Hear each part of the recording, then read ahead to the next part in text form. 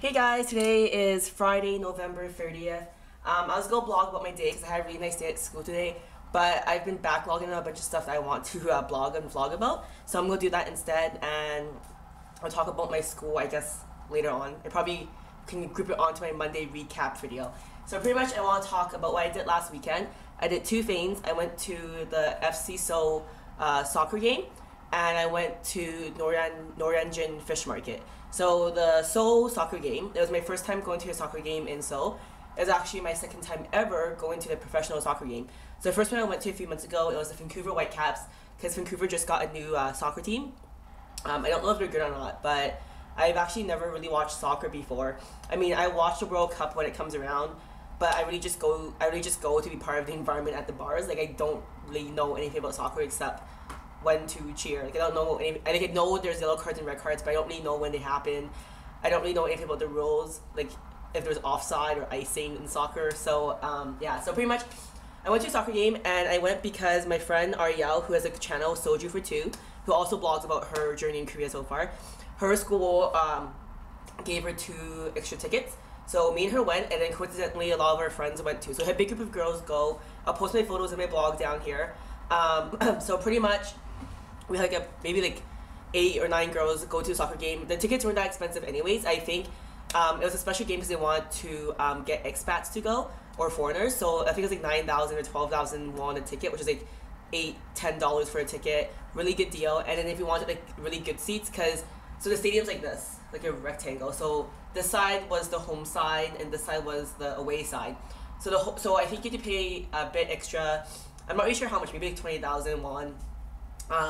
For the team sides of the stadium, which is actually kind of confusing because I would think that you would want to be on the center and seeing both sides of the field, but I guess they want to be on their home side and their away side.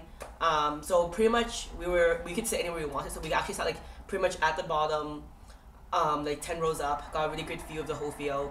And then the teams both had Koreans and foreigners. Actually, the Seoul team had someone from, I think, Colombia or Brazil, and he was a really good player on the team. So pretty much I'm going to talk about my experience at the soccer game, not so much about the soccer game because I don't really watch soccer and I don't find it that interesting. But so pretty much we went in, and the stadium was slowly filling up, and when you go in, they hand out these banners, and these banners they're made of plastic and they fold in together, so they make a fan, which you can hold it up like a banner, or you can fold it into a fan and use it as a noisemaker against your hand, like a clapper. And then also on the banner, on this side, I think it said Go FC Seoul Go, and on the back side, it had all the chants. So a really cool thing about this environment in Seoul, even though the stadium wasn't packed, was that on the home side and the away side, they had people who would lead cheers or chants or songs, and on the back of the banner had all the chants, so you know how to chant along or whatever. And it also had cheerleaders, kind of a K-pop girl group cheering as well. And then they also had an MC guy. So this guy who stood with cheerleaders would kind of get the crowd amped, get the crowd to cheer and everything like that. And then had fireworks to pretty much kick off. I don't know if it's called kickoff in soccer, but pretty much when the game starts, they had fireworks come up, which is exciting. And I think when someone scored, they also had fireworks. So it was pretty cool. And then I also shot some videos, so hopefully I'll remember to upload it to my YouTube channel. But pretty much, it was really cool to see the home side because the crowd was crazy. They were they had streamers, they had banners, they had these giant flags waving around, and they also had these same dance moves with their fan going on, and it was just a really cool experience to have. And then it was also really funny because they also had confetti. They were throwing confetti continuously for 20 minutes, and I'm where is this confetti coming from? Where is it going? Who's going to clean up? That was my number one concern. But it was really cool.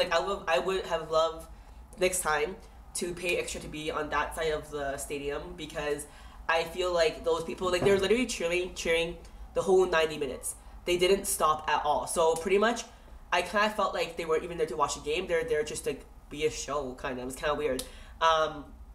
So the game was pretty fun. The cheerleaders also handed out waffles all the time. I mean, I don't really watch soccer, but I think it was a big game because FC Seoul won, I think 1-0, and then at the end there's a big celebration, and they gave out championship banners, and there was a trophy and stuff. So I think it was probably a big game. Yeah. So that was my soccer game experience. I definitely would go again, and I would pay extra to be part of the FC Seoul side just to experience it. I definitely think it's something you should experience if you live in Seoul, just because I think they are really proud of their soccer team, or at least these people are, and it's kind of like you're part of a show. And the second thing I want to talk about is the Noryangjin market, which is part of line 1 on the western side of Seoul. So pretty much you get off and you can't really miss the market. You go out of exit 1, I think, and you pretty much can already smell the fish. So I'm going to post photos in my blog as well, just because it's hard to explain.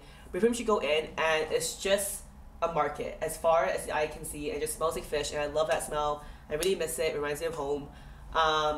And it reminds me of Steveston, if you know where Steveston is in Richmond, in Vancouver. So pretty much you go in, there's like markets as far as the eye can see, and you go down and it's just packed. Like there's seafood everywhere. It's fresh. There's like fish this big. There were king crabs. Like they're just huge king crabs. And I really want a king crab because right now at home in Vancouver, if I was at home right now, I'd be eating king crab with my family every Sunday night. So I really miss that. So I really want to get a bunch of my friends to come eat seafood with me at Noryangjin Market so we can try that. And then there's like sashimi. There's like so many like clams, oysters, mussels, sea cucumber, abalone, everything. There's a bunch of stuff that I didn't even recognize. So pretty much you walk down this place and then people try to sell you their seafood. And pretty much it's like super cheap because it's like at the market and it's fresh. And like a plate of sashimi like this big, which would cost me probably like $30 back home, was like 10,000 won here, which is like $8 for a sashimi. And it was like good sashimi too. It wasn't like bad sashimi. So we bought sashimi, we bought some clams. They were I think 6 for 10,000 won, which is kind of expensive I guess, but they were really good. And then we also got some shrimp, and they have like small shrimp, medium shrimp, and these huge giant shrimps. And then what else did we order? I don't remember, but we also got raw oysters, and the raw oysters was a plate this big, and I think we each had like 4 or 5 raw oysters, and the whole plate was 5,000 won, which is $4, which is ridiculously cheap, I think. So really good deal. If you like seafood, definitely come here. So pretty much what happens is you order all this food, you can eat it raw, like the oysters and sashimi, so you take that with you, and then you also order the fresh seafood that they have to cook. So pretty much you pay the market person for the seafood. They give it to a man, or a ajoshi, which is like an old man, Korean word for old man, ajoshi, I think I'm saying it right. And pretty much is you follow this ajoshi to a restaurant, and then the restaurant will charge you a fee, which is not that expensive, and they will cook and prepare the food for you to eat. And they give you side dishes, and they give you sauces. It's just amazing. So in the end, it was me and 2 friends, and we were satisfied, we were full, we had clams, we had oysters, sashimi, and shrimp. And I think in the end, we pay maybe 40,000 total, which is like $10-12 a person. So it was like a really good deal. I would totally go every weekend if I had someone to go with me, because not all my friends like seafood here, but I'm from Vancouver, so I love seafood. I'll post some photos. That's the best way I can describe the market, but it's just a really cool place. Even if you don't like seafood, I definitely recommend going to see it, just because it is an experience. And it was just like really cool. Like, I've never seen so many types of seafood in one place. And also like these giant tunas that they fish, which are like literally the size of me. Like I'm 5'2", so it was literally the whole size of my body, maybe a bit bigger, and it looked delicious. So yeah, that's my video for today, and I'm going away this weekend to pick up my kitty, so I probably won't blog this weekend, but I'll definitely blog when I get back on Sunday night to introduce you to Hansu. Alright, bye guys.